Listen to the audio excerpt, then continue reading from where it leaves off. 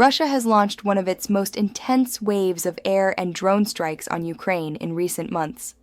Residential buildings, energy facilities, and military-adjacent sites across Kyiv, Dnipro, and other major cities were hit in a coordinated assault that sent air raid sirens echoing across the country. These strikes did not come at a random moment.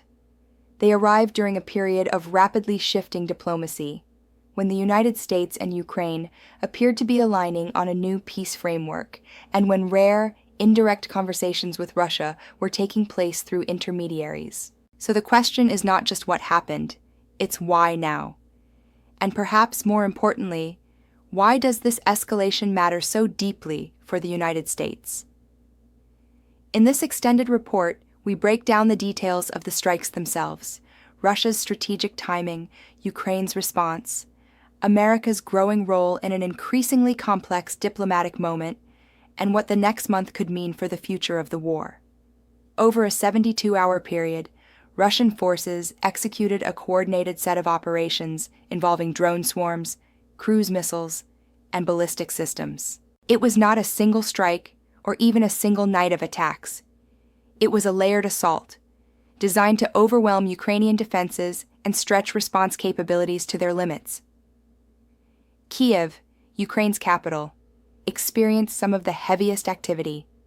Multiple waves of incoming missiles and drones approached from different directions, forcing air defense systems to constantly reposition and recalibrate. Neighborhoods in districts such as Sviatoshinsky suffered direct hits. Residential buildings collapsed or burned, leaving emergency crews to sift through rubble.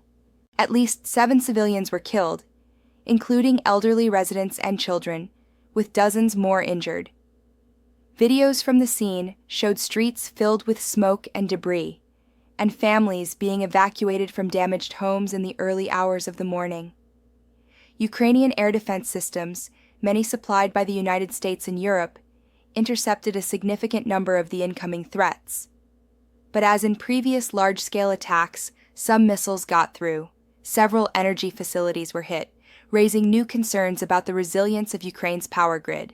Temporary outages occurred in parts of Kyiv, Poltava, and Kharkiv. At the same time, Ukraine launched retaliatory strikes deep into Russian territory. Long-range drones targeted a gas power facility in Shatura, east of Moscow, and were reported near other infrastructure sites. These counterstrikes served two purposes: demonstrating technological reach and signaling that Ukraine can impose costs even under pressure. Military analysts say this escalation was not improvised. It was methodical, multi-theater, and planned well in advance. And crucially, the timing appears deliberate. To understand the significance of these strikes, we have to look beyond the battlefield and into the diplomatic arena. Several major developments took place in the same 72-hour span. The United States and Ukraine signaled broad agreement on the outline of a U.S.-led peace framework. The U.S. Army Secretary held direct talks with Russian officials in Abu Dhabi, a rare occurrence since the beginning of the full-scale invasion. Ukraine publicly indicated support for the essence of proposed peace terms, but key issues remain unresolved. Suddenly, diplomacy is not theoretical, it's active, and when diplomacy becomes active, pressure on the battlefield often increases. For Russia, launching strikes during sensitive negotiations is a well-established strategy. Several motives appear likely. The first is to increase leverage at the negotiating table. By escalating attacks during diplomatic movement, Russia sends a message: we still control the tempo of the battlefield. This strengthens Moscow's hand and reminds negotiators that it retains escalation dominance. The second motive is to weaken Ukraine's morale and bargaining position.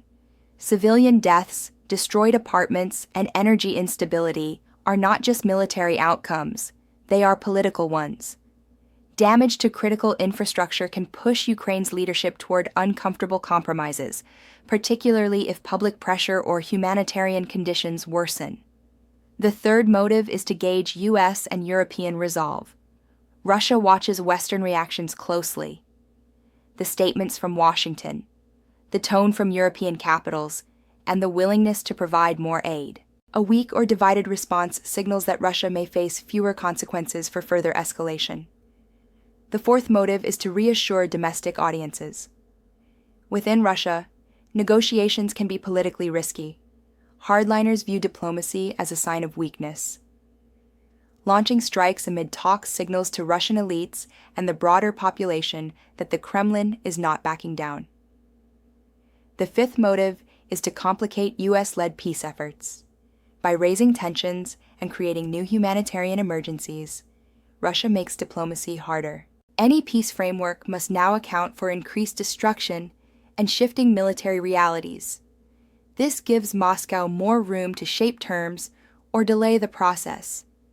In short, these strikes serve as military action, diplomatic signaling, internal propaganda, and strategic leverage, all at the same time.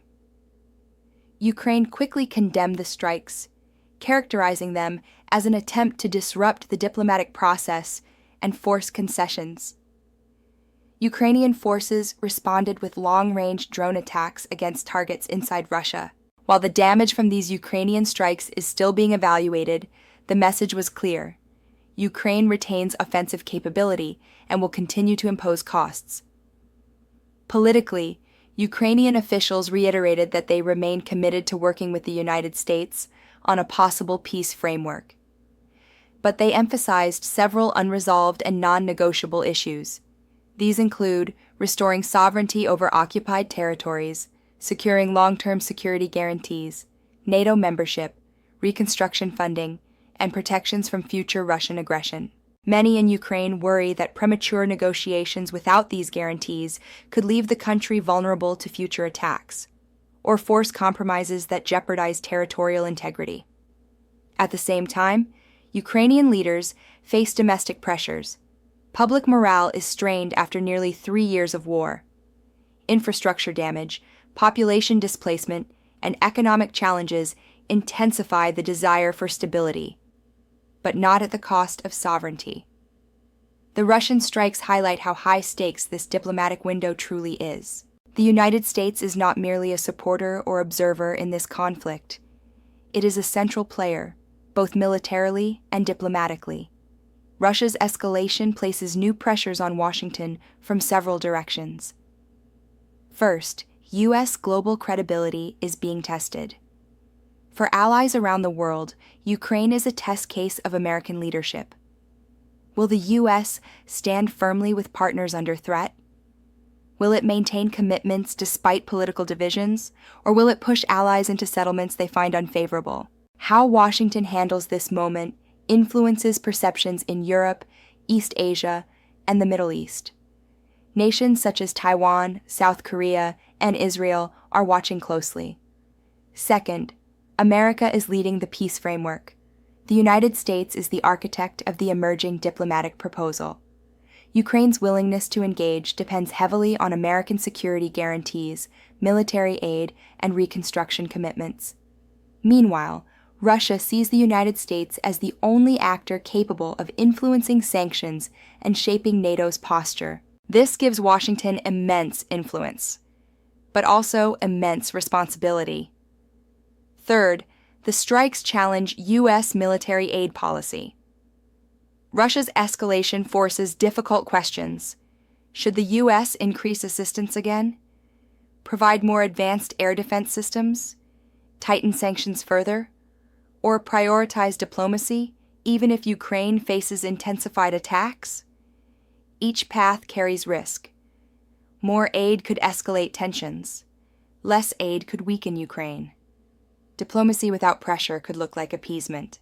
Fourth, American domestic politics are directly affected. Every escalation in Ukraine reverberates through U.S. political debates.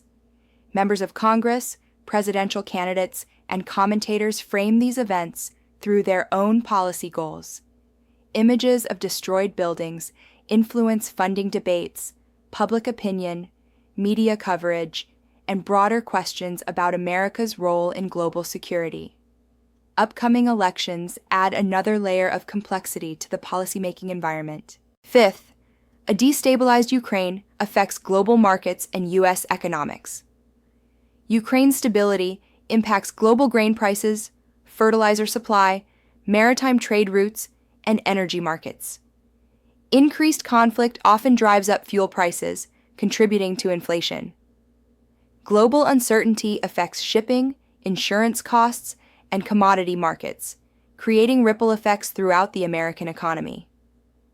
Sixth, U.S.-Russia relations are entering a sensitive period. Recent contact between officials shows attempts to open narrow diplomatic channels. Russia's strikes complicate this by eroding trust and hardening positions. Engaging with Russia carries political risks, and escalation makes diplomatic outreach more difficult. If diplomacy collapses, Washington may face pressure to expand NATO deployments or increase deterrence measures in Eastern Europe. That could raise defense spending and heighten tensions across the alliance. The next few weeks are likely to be among the most consequential of the past year. 3 parallel tracks are moving simultaneously. The first is the military track. Russia may continue targeting Ukraine's energy grid as winter approaches. Ukraine will keep striking Russian infrastructure to maintain pressure. Both sides may escalate, not because the battlefield demands it, but because diplomacy does. The second track is diplomatic.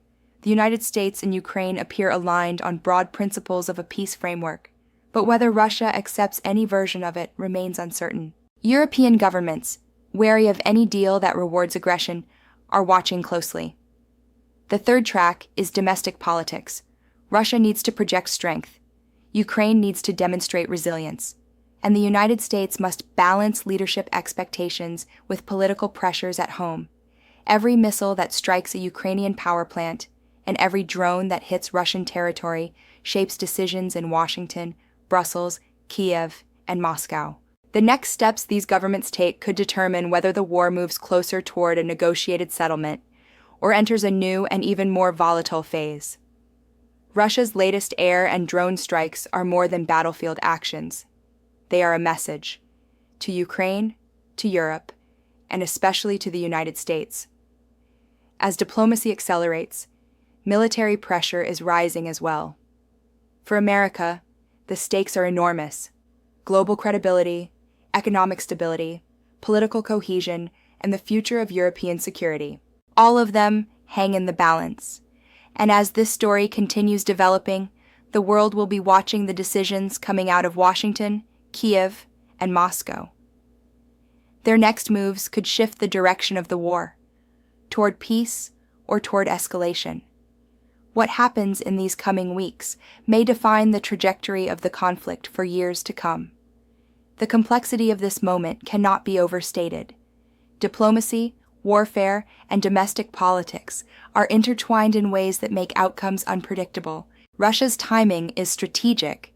Ukraine's resilience is being tested, and the United States is at the center of both the diplomatic and military response. With winter approaching, pressure on all sides is intensifying. Energy systems, logistics networks, and civilian populations are particularly vulnerable. Any major strike could shift political calculations. Meanwhile, global markets are reacting to uncertainty. Energy prices fluctuate with every escalation. NATO allies discuss contingency plans. Diplomats attempt to manage expectations. And military analysts warn that the next phase of fighting could be more dangerous and unpredictable than anything seen this year. Yet within this environment, there is also a narrow opportunity for negotiation. If the United States, Ukraine, and European partners can maintain unity, and if Russia calculates that the cost of escalation outweighs its benefits, diplomacy could gain momentum. But the opposite is equally possible. Should talks fail, should political pressures rise, or should either side believe it gains more from fighting than negotiating, the conflict could deepen. That is the delicate balance currently at play.